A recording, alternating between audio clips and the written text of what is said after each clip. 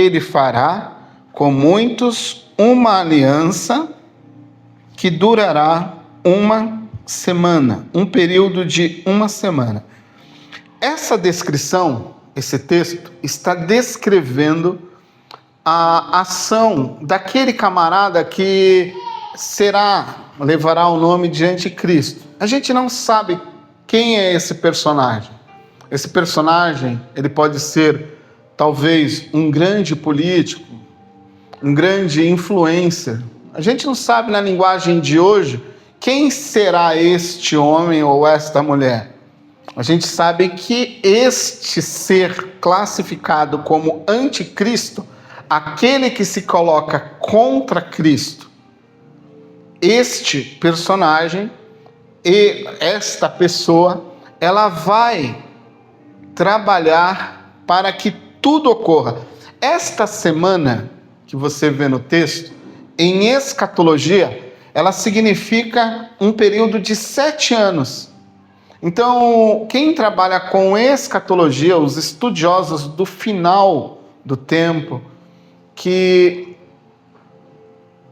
dialogam com a escola dispensacionalista, como nós já conversamos aqui, entendem que uma semana como essa aqui de Daniel é um período de 7 anos. Neste período, este homem chamado Anticristo fará com muitos uma aliança. Mas antes de chegarmos neste ponto, eu ontem, enquanto eu meditava sobre esse assunto, enquanto eu estava nos meus afazeres e meditando nisso, o Espírito gerou algo no meu coração que está possivelmente relacionado conosco, primariamente falando. Conosco, Igreja do Senhor Jesus Cristo, no período que antecede a grande tribulação. Por quê? Isso é muito importante e eu fui entendendo a voz do Espírito Santo e ali meditando e conversando com ele sobre isso. Você tem que ter um cenário preparado para que esse homem surja. Esse homem não vai surgir, essa pessoa, esse personagem, ele não vai surgir por acaso e do nada. Ele vai surgir em um momento específico da nossa história. Possivelmente, momentos assim que a Igreja do Senhor for resgatada, arrebatada deste mundo. Então, possivelmente, após esse período, ele surja. Mas para este período acontecer, este foi o ponto que o Espírito Santo me fez observar. E isto tem muito a ver comigo e com você, conosco. Porque o cenário, ele precisa estar totalmente colapsado, bagunçado. O cenário deve ser o pior cenário possível. E eu inicio este assunto com você, falando assim: isso foi gerado pelo Espírito Santo enquanto eu trabalhava isso. Eu só peguei uma caneta e comecei a escrever. Depois eu trouxe pro Word e estava fora do meu estudo. Por isso que eu digo que foi uma coisa do Espírito, que veio do Espírito. Porque não tinha nada a ver com o que eu já tinha estudado e com o que estava preparado. Eu simplesmente parei tudo e comecei a escrever. E eu estou dizendo para você realmente como veio. Do jeitinho que veio eu vou colocar para você. E sejamos vigilantes, pois todos os sistemas e mecanismos humanos caminham para um colapso total. O sistema religioso, o sistema moral, o sistema econômico entrarão em um colapso total. Porque você precisa de um cenário colapsado, assim, catastrófico, difícil, para que esse homem surja. À medida em que isto vai acontecendo, esse cenário colapsado, ele vai nos conduzir ou vai conduzir um caminho para revelar o anticristo. Então é preciso que as coisas daqui para frente, não sei se vão piorar amanhã, não sei se vão piorar daqui 10 anos, não sei se vão piorar daqui a 1 ano, eu não sei se vão piorar daqui a 20 anos, eu não sei, isso não está no meu domínio, isso não está no seu domínio, não está no nosso domínio. Isso está no domínio de Deus, que controla a história e vai levar a história para o fim desejado. Então ele está trabalhando nesta história. Então, neste cenário, nesta nova realidade, onde os principais personagens, o anticristo, Israel e as nações, neste novo cenário, em que este grupo, ou estes grupos, irão desfrutar por um período de falsa paz, por este motivo, é um motivo de falsa paz e de grande sofrimento, que você verá neste cenário surgir os filhos da luz, os filhos de Deus, os santos e os filhos das trevas. Isso dentro do cenário lá da grande tribulação. Porém, este cenário ele será construído através de um salvador, um falso salvador e uma falsa paz. Este personagem principal possivelmente resolverá todos os problemas geopolíticos. Tudo ele vai conseguir resolver.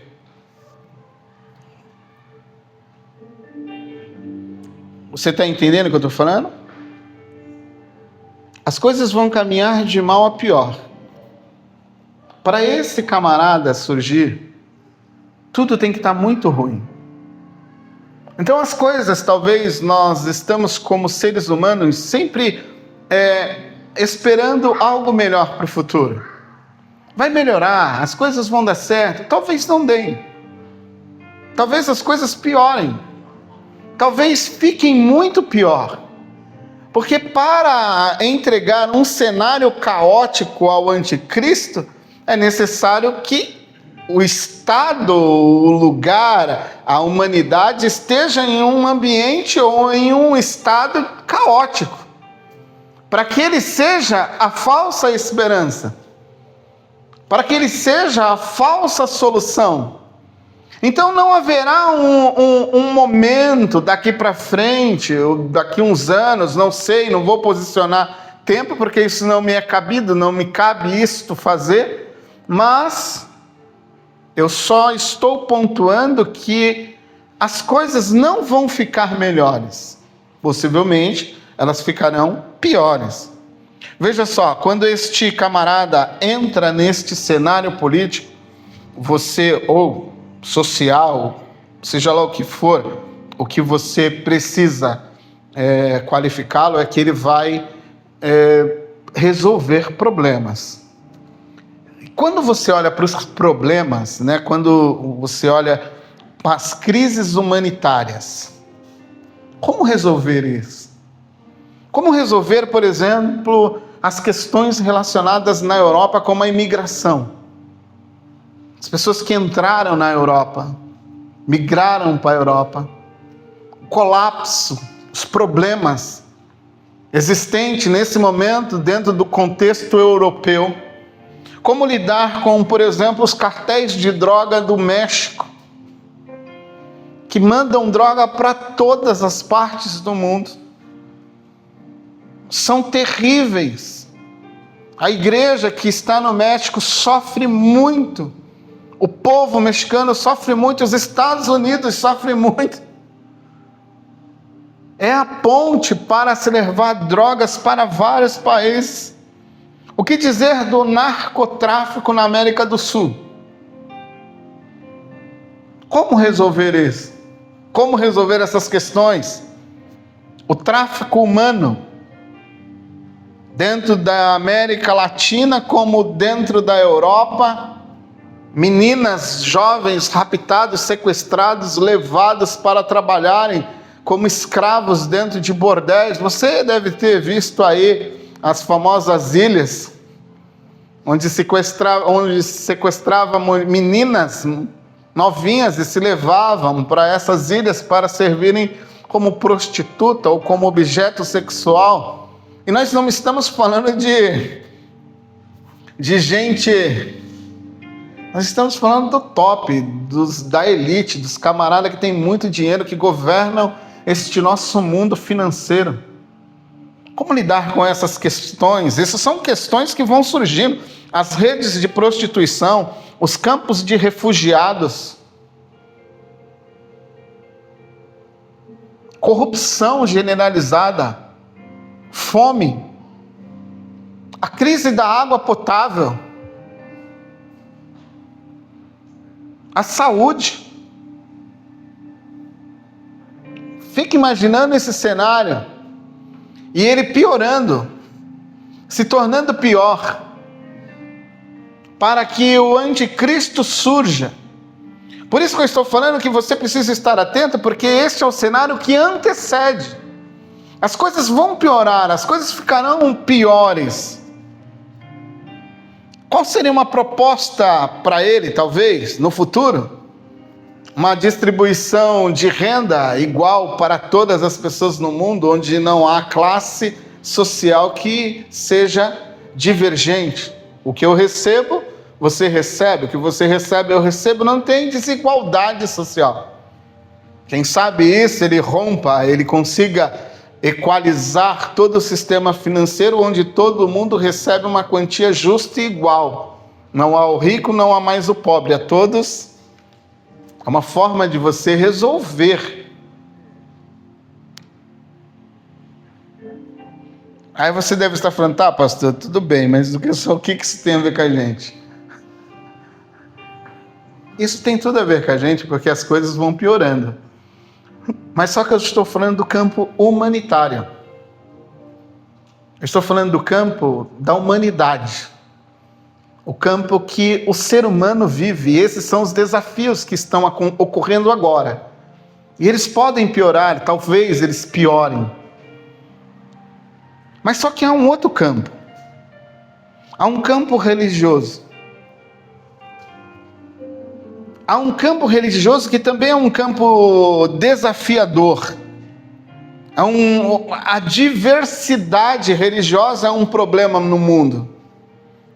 A divergência, divergir porque eu creio nisso, você crê naquilo, é um problema para o mundo. É um problema porque há países em que se estabelece uma guerra civil por causa de uma crença. Há países que você não tem o direito de exercer uma outra fé, porque você não pode. E se você exercer o seu credo, a sua fé, possivelmente você será colocado em um lugar para trabalhar, vamos dizer assim, Coreia do Norte, trabalho forçado, por exemplo. Você será obrigado a trabalhar para alguém, obrigado a trabalhar para alguém, produzir para alguém, por causa da sua fé. Você também pode ser morto por causa da sua fé. E nós estamos falando de hoje, século 21. Nós não estamos nem nos preparando para a chegada do anticristo. Nós estamos falando de coisas que estão acontecendo nesse exato momento. Guerra civil, perseguição, pessoas mortas, pessoas sendo presas por causa da sua fé, daquilo que declaram. O que possivelmente poderia ocorrer nesse ambiente? Ecumenismo. Como o anticristo poderia resolver isso? Ecumenismo. Não há uma fé verdadeira que leve a um único lugar. Todas as religiões vão contribuir para você chegar a um lugar. O teu credo não será mais importante do que o meu credo. O teu credo será igual ao meu credo, porque esses dois credos nos levarão a fonte de salvação, a fonte de moralidade, seja lá o que vão determinar, mas a questão da igualdade religiosa também tem que ocorrer. Não, teu credo não pode ser mais importante que o dele, você não pode matá-lo porque você tem aí na sua escritura que você tem que matar aqueles que divergem de você. Não, agora todos os credos, vamos nos respeitar e vamos todo mundo caminhar para o mesmo lugar. É o discurso que já existe entre nós.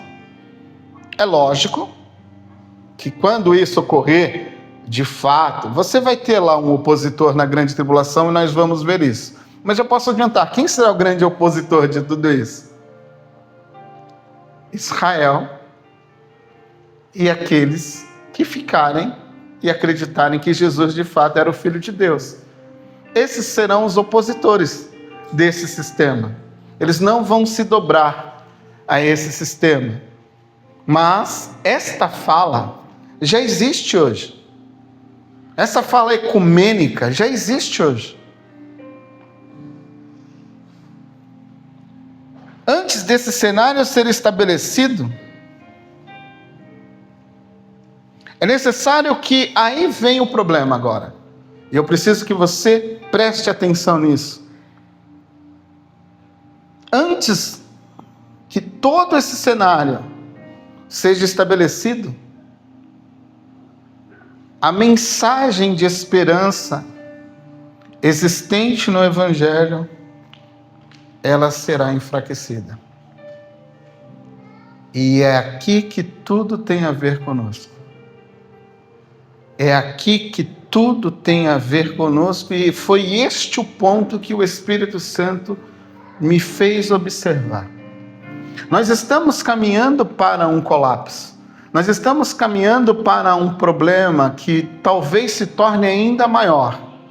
Mas neste campo problemático que surge para todos nós, nós teremos o problema religioso. E a única esfera de oposição contra o sistema do mundo, contra um sistema satânico, a única fortaleza, o único exército que ainda resiste é a igreja. É a igreja ainda que resiste à luta contra a imoralidade. É a igreja ainda, por causa da mensagem do Evangelho, que luta contra a prostituição, contra a infidelidade, luta pela família, luta pelos valores corretos. É a igreja ainda que luta por isso.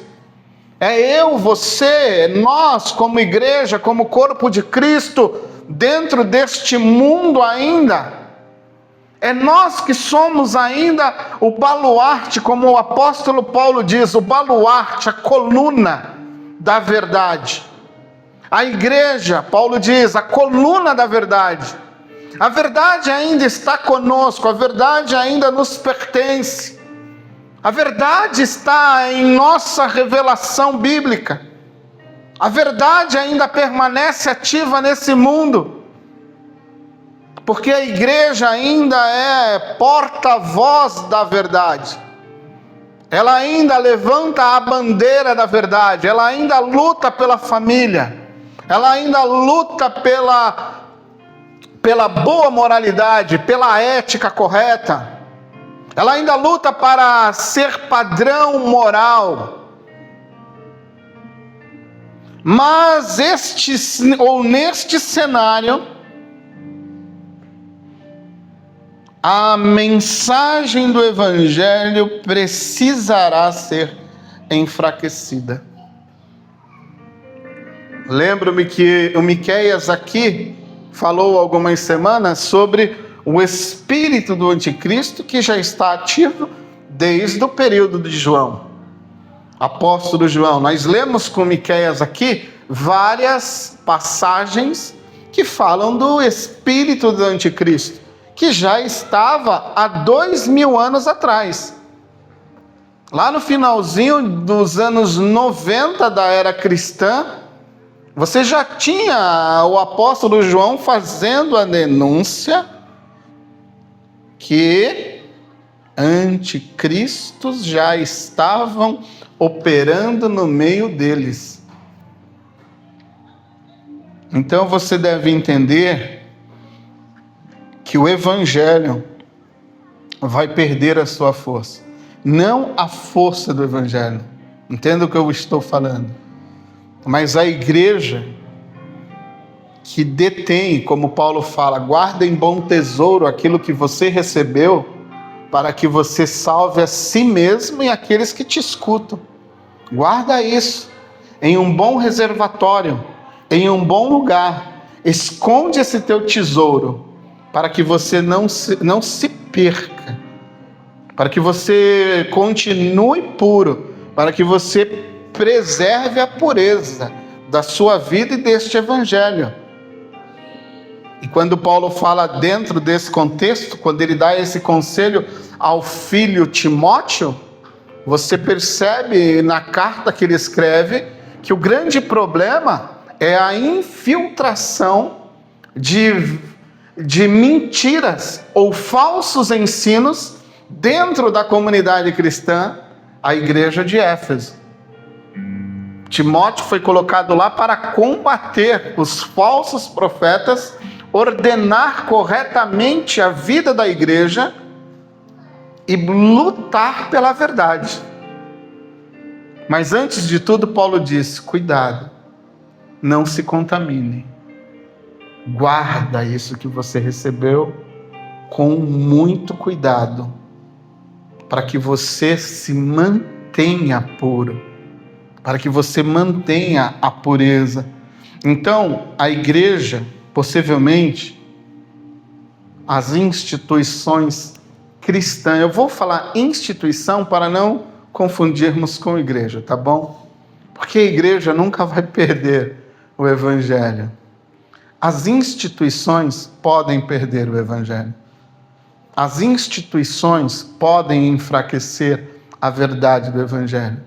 Mas a verdadeira igreja de Cristo, o salvo, o remido, o apaixonado por Jesus, aquele que o ama, aquele que o aguarda, aquele que deseja a sua volta, este vai permanecer fiel, guardando o evangelho. E é aqui que está a grande orientação. Nós precisamos preservar a pureza do evangelho. Nós precisamos preservar na nossa vida as verdades do evangelho.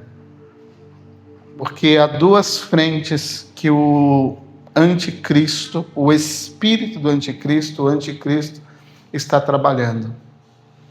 E eu preciso que você preste muita atenção nisso. A primeira frente, dentro das instituições cristãs.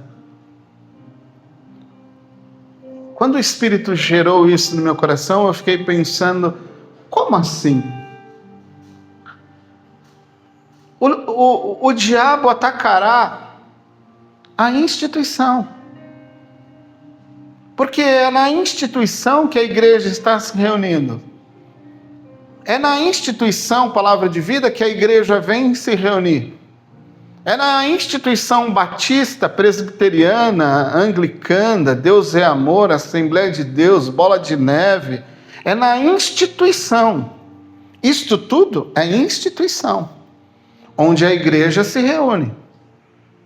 Mas se o diabo conseguir diluir a mensagem que se prega na instituição, as pessoas que estão na instituição começarão a ser influenciadas pela mensagem que sai dos seus púlpitos, as orientações que saem dos seus púlpitos.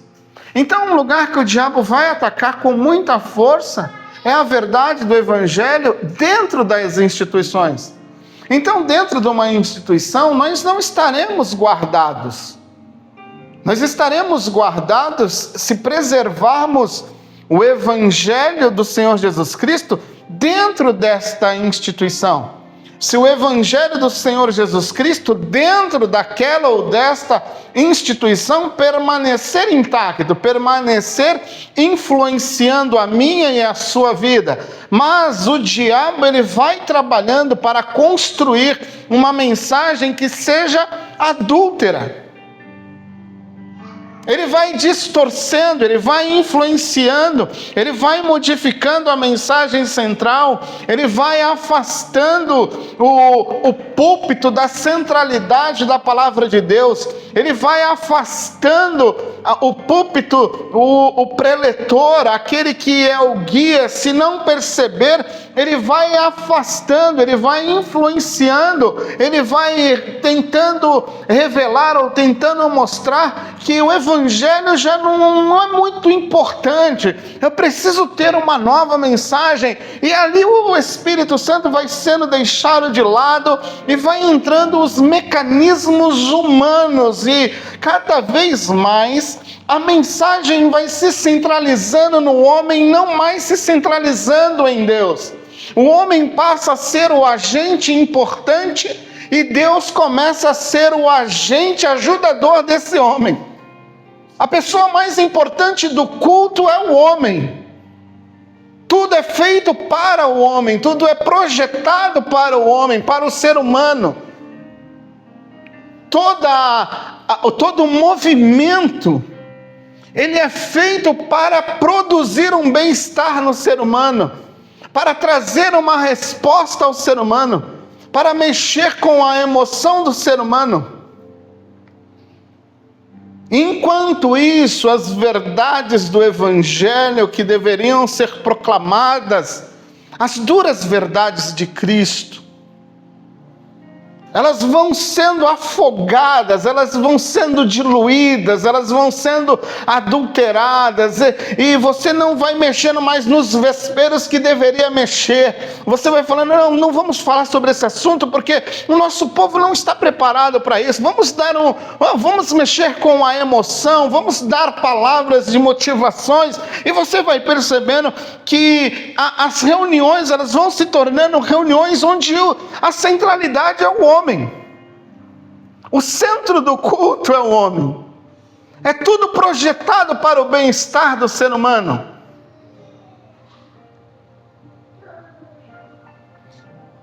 E o Espírito estava me fazendo lembrar, quando você observa as mensagens, a preocupação exagerada, e eu não sou contra, eu sou muito a favor, mas o exagero das colocações emocionais, as plenárias, os seminários, são tudo feito para curar emoções. Cura disso, cura daquilo. O púlpito virou uma espécie de divã, onde o psicólogo, o terapeuta, passou a ser o pastor. Então ele traz uma palavra de psicologia, cheia de ambientes da psicologia ou do ambiente terapêutico, e eu não estou dizendo nada contra isso, eu acredito em tudo isso, eu acho que isso é válido. Mas o púlpito não é para isso. O púlpito é para a pregação do Evangelho. O púlpito ainda é para a pregação do Evangelho. O púlpito ainda é para mostrar a vida de Cristo, a sua morte, a sua ressurreição. O culto ainda é para isso, é para adorarmos o Senhor Jesus Cristo. O culto ainda é para isso. Isso não é divã, isso não é ambiente de terapia, e eu acredito que tudo tem o seu lugar. Mas o que está ocorrendo é que nós estamos trabalhando tanto o emocional das pessoas, que a gente deixou de cuidar da natureza pecaminosa das pessoas. Tudo é psicológico, tudo é trauma, tudo é um problema que você teve, tudo é uma resposta humana. Não tem nada mais a ver com pecado, com natureza pecaminosa. Muitas vezes, uma vez eu conversando com uma determinada pessoa, ela falando para mim, não, porque agora eu descobri as respostas na terapia, eu descobri as respostas no meu psicólogo. Eu falei, o seu psicólogo, a sua terapeuta, eles vão fazer um bom trabalho. Mas nunca se esqueça que você ainda tem uma natureza pecaminosa. Na terapia e na psicologia, eles não levarão isso em conta. Isso não existe lá. Isso existe no Evangelho. Isso existe no gabinete pastoral. Isso existe na pregação do Evangelho. Estamos confundindo, estamos diluindo, estamos trocando a mensagem do Evangelho por mensagens de psicologia. Nós estamos lendo livros de psicólogos e estamos pregando sobre psicologia no púlpito. E eu não digo que sou contra isso, até porque dou aula sobre psicologia pastoral. Até porque leio livros sobre psicologia. Mas este lugar não é para declarações de curas. Esse lugar é para a pregação do Evangelho. Esse lugar é para a proclamação do Evangelho. E quando o diabo ele consegue nos trocar a mensagem, ele enfraquece o Evangelho. É neste momento que o Evangelho perde a sua influência. É nesse momento, quando ele é calado, que ele perde o seu poder. Porque ele é substituído por outras mensagens e ele, o Evangelho, é deixado de lado. Porque as pessoas não estão querendo mais escutar o Evangelho. Porque o Evangelho é duro. Porque o Evangelho tem uma proposta difícil. Porque se eu não digo isso, eu estaria colocando em descrédito o meu próprio Jesus, o teu próprio Jesus, que disse: você quer vir após mim? Tem certeza disso? Pensa bem. Eu vou te colocar uma proposta aqui. Toma a tua cruz, segue-me. A cruz tem um único significado: morra para si mesmo. Então o Evangelho não é uma palavra fácil de se escutar e se decidir por ele.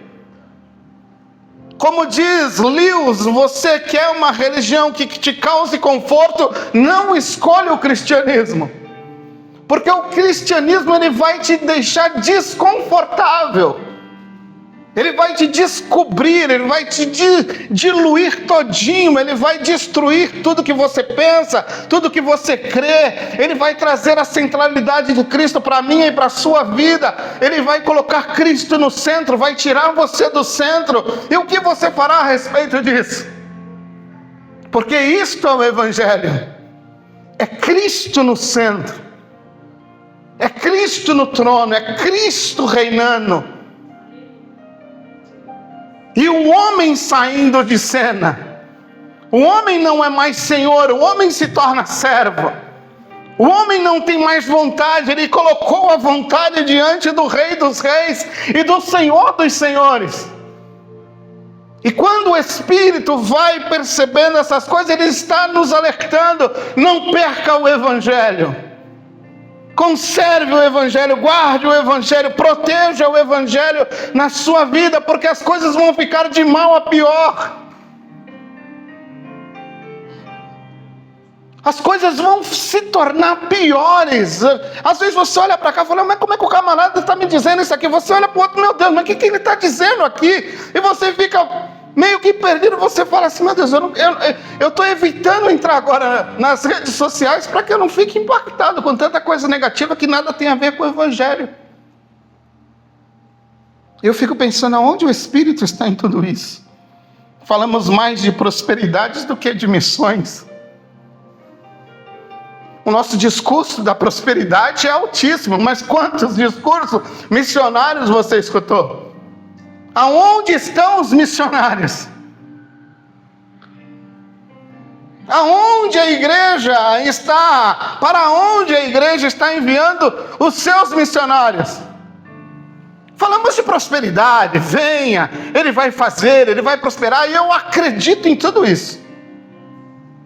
Eu acredito nisso, eu acredito na provisão de Deus.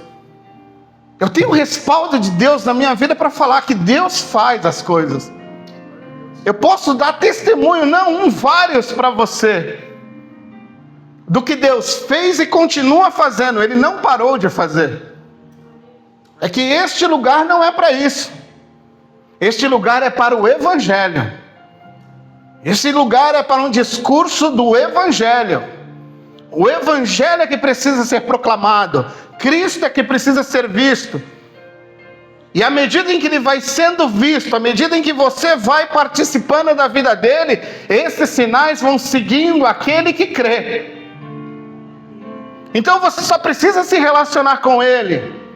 Os sinais vão acontecer. As provisões virão. Mas isso não é bajulação, isso não é troca. Eu não te venderei um Cristo porque ele fez coisas magníficas na minha vida, porque ele proveu financeiramente, porque ele me sustentou. Não, eu não posso te vender Cristo por causa disso. Ainda que ele faça tudo isso, você tem que vir a ele por causa do Evangelho, da boa notícia. Eu não posso trocá-lo por nenhuma outra mensagem que não seja a boa notícia do Evangelho. Cristo morreu por você, Cristo foi sepultado, e ao terceiro dia ressuscitou e te concedeu uma nova vida para você servi-lo, e não para ele te servir. Isto é o Evangelho. Missões. A gente nem fala, é vergonhoso falarmos de missões. É vergonhoso. Mas Deus é um Deus missionário, ativo em missões. Mas nós queremos falar das grandes prosperidades, das grandes provisões de Deus. Nós nunca estamos falando sobre o propósito eterno de Deus, salvar pessoas.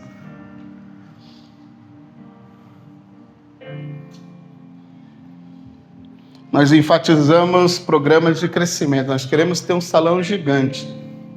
Não importa como e nem o custo disso. Não importa se a nossa mensagem será diluída para atrair as pessoas, não tocar, não mexer com o coração, com o comportamento dela, deixá-las do mesmo jeito. Não importa. O que importa é que a instituição esteja lotada, esteja cheia. E negligenciamos o discipulado. Abandonamos o discipulado, deixamos de lado o discipulado. Por quê? Sabe por quê? Eu vou te dar a resposta. O discipulado é cansativo. O discipulado é trabalho a longo prazo. O discipulado é descascar camada por camada. É de descascar um pouquinho, aí descasca um pouquinho amanhã, e depois da manhã. E o fruto é muito vagaroso. Quem quer trabalho? Quem quer se responsabilizar pelo outro? Quem quer orar? Quem quer orientar? Quem quer abrir a porta? Quem quer doar o tempo? A gente quer fazer um monte de gente ficar na multidão e vai embora e volta aqui no próximo culto e está tudo certo. Não importa a vida, não importa se você está crescendo em Cristo, não importa. E quanto mais o diabo tiver sucesso nisso, mais o Evangelho enfraquece, mais o Evangelho perde o seu poder, porque ele vai sendo ocultado da vida das pessoas. Cristo é apresentado como o grande resolvedor de problemas. Cristo não é apresentado como o Senhor dos Senhores, o Rei dos Reis. Ele é apresentado como ele vai te dar uma vida melhor. Ele vai conceder para você os teus sonhos. Que mensagem gostosa, né? Como é bom pregar sobre vitória. Eu gosto de pregar sobre vitória. Como é gostoso você declarar as vitórias. Mas o Evangelho não é só feito de vitórias.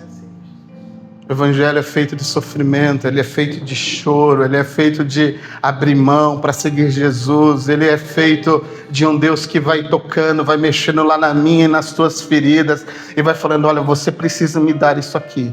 Ah, não, eu não quero te dar agora, então eu vou te levar a um lugar que você vai ter que me dar isso aqui. Aí quando você se dá por conta ou percebe, você está no meio do furacão e Deus está falando, me dá agora ou não? Aí você se rende, poderia ter sido tão fácil, né? Mas a nossa natureza, a nossa independência, quando se coloca de frente ou frente a frente com o Evangelho, a luta começa. Porque de cá ele diz, me dá, eu de lá digo, não dou. Ele de cá, me dá, eu de lá não dou, dá, não dou, dá, não dou. Aí ele falou, então tu vai ver. Eu vou te levar a um lugar que você vai ter que me dar isso. E ele nos leva a um lugar, e no meio da dor, no meio do sofrimento, do choro, da confissão, você fala, toma, é tudo teu. Mas as duras custas, porque o Evangelho é isso.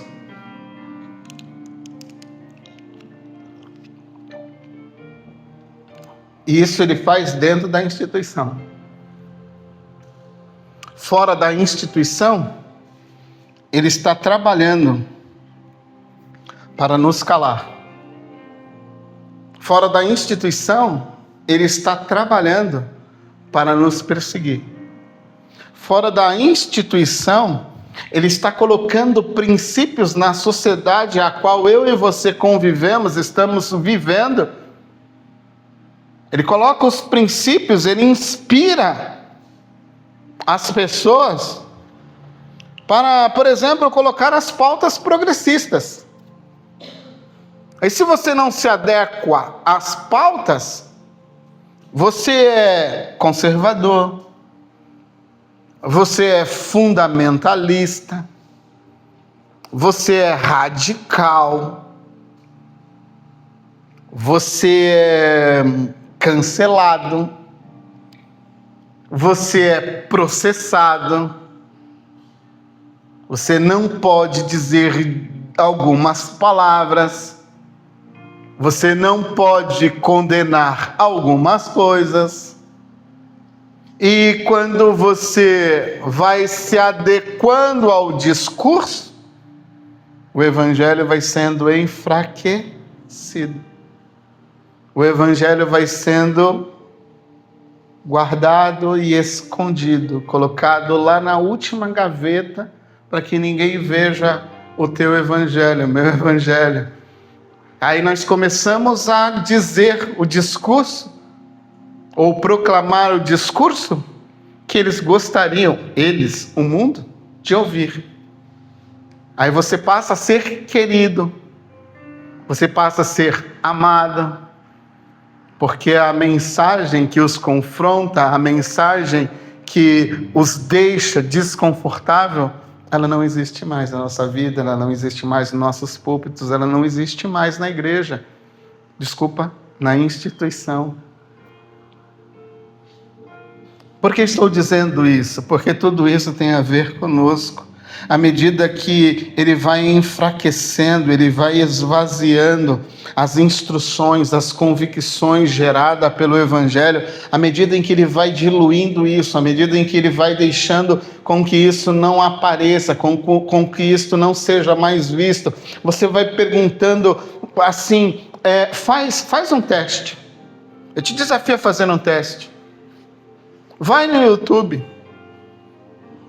Bate lá no YouTube, aleatoriamente, vai escolhendo pregadores, instituições, e vai marcando quando a palavra pecado aparece, quando a palavra natureza pecaminosa aparece, quando o Evangelho aparece. Vai mapeando lá, e você perceberá que o discurso é quase inexistente. Palavras que faziam parte do nosso ambiente não fazem mais. Justificação. Você escuta essa palavra? Santificação. Quais são as... Bate lá no Google, lá no YouTube, e procura as mensagens que falem sobre santificação, sobre justificação. Como disse Martinho Lutero, o coração do Evangelho é a mensagem da justificação. É aquilo que faz o Evangelho vivo. Justificação. Paulo praticamente escreveu uma carta inteira sobre justificação pela fé. E aonde você escuta essas mensagens hoje? Eu consigo contar nos dedos quem ainda fala sobre isso, e quem fala sobre isso é muito antigo na fé. Porque os novos já não falam mais sobre isso. Culto doutrinário? Que isso? Isso não existe mais. As EBDs estão vazias, as EBDs foram substituídas por cultos de celebração. Os cultos de ensino não existem mais. Por quê? Porque quando você é ensinado, quando você é colocado diante do ensino, você não será uma presa fácil para o diabo, você não será uma presa fácil para este mundo. Nós substituímos as escolas, os movimentos de oração, os movimentos de ensino, foram tudo substituídos por cultos, por celebrações. Acabou. Observe, acabou. E quando tem culto de ensino ou coisas desse tipo, é o ensino da comunidade. Não tem nada mais a ver com as velhas doutrinas bíblicas. E quando as doutrinas não são mais enfatizadas, as doutrinas centrais, as doutrinas principais do Evangelho, o Evangelho perde a sua força, ele perde a sua influência, porque o Evangelho está nessas mensagens doutrinárias. A igreja não fala mais sobre isso, não existe mais isso. E quando isso começa a ocorrer, o falso Cristo se apresenta. O grande líder terá passe livre. Por isso, meu irmão, e eu finalizo aqui, por isso que eu te digo nessa noite, a você que assiste esse vídeo, guarda o que tu tens. Guarda o que tu tens. Não troca essa mensagem por nada. Porque talvez, quando Cristo voltar, você nem perceberá. Porque o Evangelho já não mais te influencia. O Evangelho ele foi diluído da tua vida de tal modo que se alguém oferecer algo melhor, como Jesus disse, e alguém disser, ali está o Cristo, ali está o Messias, um bando de loucos vai correndo atrás dele. Por quê? Porque não tem mais o Evangelho em si. Então, o que o Espírito gerou no meu coração foi tudo isso, para dizer para mim e para você nessa noite, guarda o que tu tens, para que ninguém roube a tua coroa. Guarda o que tu tem, seja achado fiel, porque chegará um momento, um momento na nossa história religiosa que talvez os fiéis vão ser taxados de infiéis aos olhos da nova geração, aos olhos da nova religião, aos olhos do novo sistema religioso que está sendo construído para a chegada do anticristo, e nós estamos nele.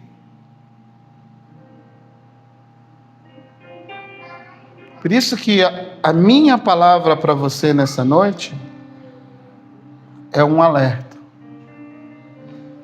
Porque na próxima semana, quando nós entrarmos naquele versinho que você viu, ele fará aliança. A única coisa entre ele somos nós e o projeto dele. A única coisa entre ele e o projeto dele para ser estabelecido somos nós, a igreja do Senhor Jesus Cristo, ainda aqui proclamando o seu evangelho, fazendo do seu evangelho o baluarte da verdade, a coluna da verdade. Então, meu irmão, não perca o evangelho de vista da tua vida. Lute por isso todos os dias. Medita nesse evangelho todos os dias. Faça de Jesus o teu centro de adoração todos os dias, todas as manhãs. Foca em Jesus. Não foca em mim, não foca na instituição, foca em Jesus. Se relaciona com Jesus. Deus te deu o evangelho do Filho dele para você se relacionar com ele. Ele não vai buscar estranhos, ele vai buscar quem o conhece, quem se relaciona com ele. Essa ideia de um evangelho sem relacionamento, isso não existe. Isso é o evangelho diluído. O evangelho de verdade é relacional. Você tem que se relacionar com Jesus.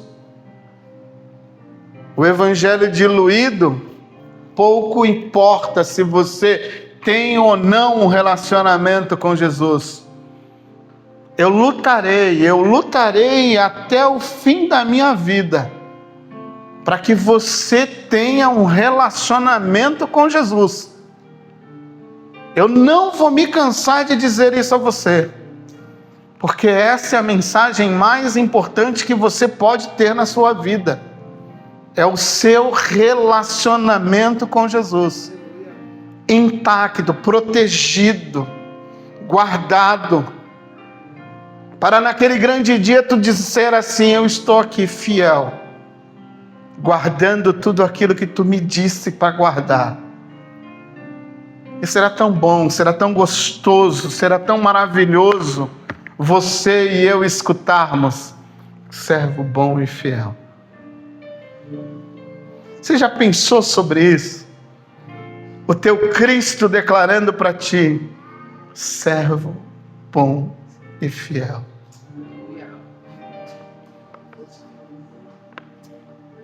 Porque alguns vão chegar lá diante dele, ele vai falar: não te conheço. Não, mas em teu nome... Não, você não entendeu, filho. Você não entendeu. É relacionamento de equidade, santo, puro. Você vive em iniquidades. Eu não te conheço. Mas vai ser tão bom quando ele falar: és meu amigo. És meu amigo. Entra, bendito de meu Pai. Você já parou para pensar? É sobre isso. É isso que está em jogo. É isso que o diabo tentará tirar de mim, de você. É isso que o diabo vai tentar roubar de mim, de você. Todos os dias da nossa vida, ele vai dizer: não, você hoje está muito ocupado. Não, você hoje está muito ocupada. Não, deixa isso para mais tarde. Não, faça isso amanhã. Hoje você tem academia, hoje você tem isso, hoje você tem aquilo. Ele vai sempre colocando algumas coisinhas a mais. E você não vai percebendo. E de repente o evangelho diluiu. A intensidade foi embora. O amor foi embora, a paixão foi embora. E você só está robotizado. Eu só estou robotizado. Eu estou fazendo as coisas mecanicamente. Não com essência, com paixão, com amor. Aquele que tem ouvidos, ouça. Porque eu parei para escutar. E compartilho com você esse alerta que precede a entrada do anticristo neste mundo. Antes dele, muita coisa vai piorar. Principalmente o ambiente religioso. Então, guarda o que tu tem. Protege isso com unhas e dentes. Lute por isso todos os dias da tua vida. Se coloca de pé.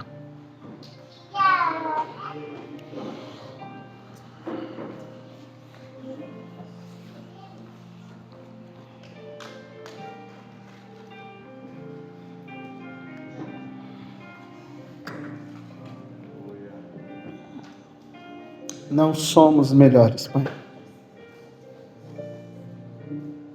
Não há grandeza entre nós, não há homens maiores ou menores nesse lugar. Há uma igreja lavada, remida, comprada pelo teu precioso e maravilhoso sangue. Como já dizia os teus filhos há muito tempo atrás, os tempos são difíceis, os tempos são obscuros, os tempos são de uma grande confusão. Mas nos preserva, Pai. Preserva a minha casa, preserva a minha família, preserva a vida dos pastores dessa casa, preserva as famílias dessa casa, preserva o meu coração.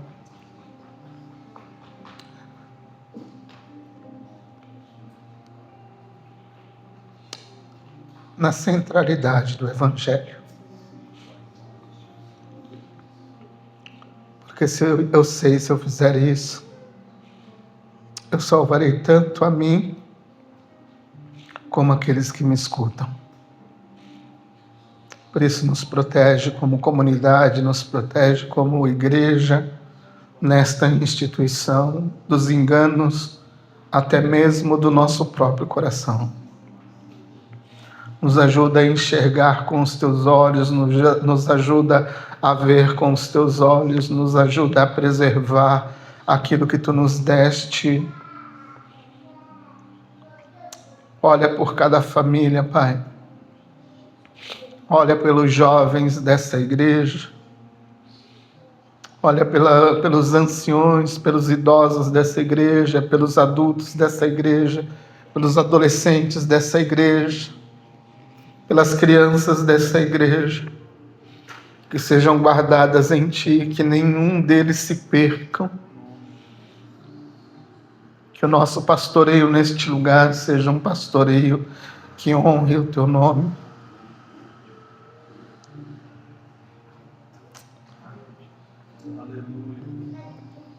Que Te glorifique.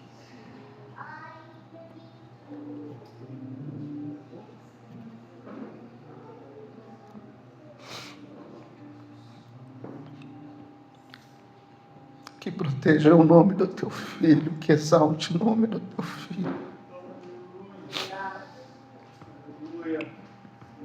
Nos conserva para Ti, nos conserva em Ti,